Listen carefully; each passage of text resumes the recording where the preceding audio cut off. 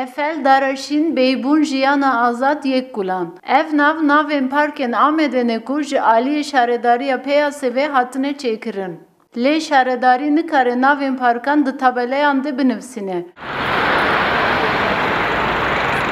Walîtiya Amedê bi hinceta ku li dijî qanûnan van navên Kurdî qebûl nake. Şaredariya peyasê li hemberî biryara walîtiyê doz vekiriye û ev doz 10 salin berdewam dike.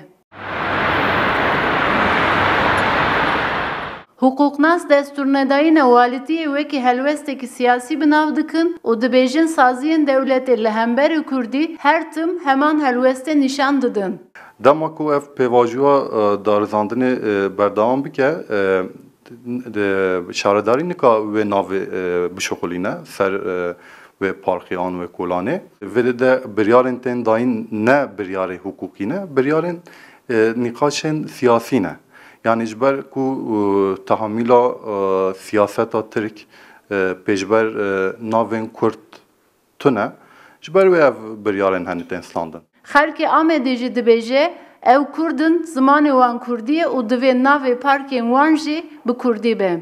Divê em şer nakîn, divê em însan bila nekuştin. Zanî, yê çawa van navana yasa dikin? Ew te eştehê park mayestî, mawazenekî kurmancî namê xwe ma bitpira yani. Dixwazin nabê çi darînê seviye encûmen qerar çi qerar girtî belediyê çi darîn ber nabê lêkin dîsa. Ji ber helwesta walîtiyê li Amedê 10 salin 19 park wekî parkên bênav têne naskirin. Di tabelayan van parkan de cihê navan vala hatiye hiştin. Li Amedê 19 parkên wiha hene ku navê wan ji aliyê walîtiya Amedê ve hatiye qedexekirin. Amedî niha li bendê ne ku ev valahî bi navên Kurdî bêne tije kirin. Gönül Morkoç.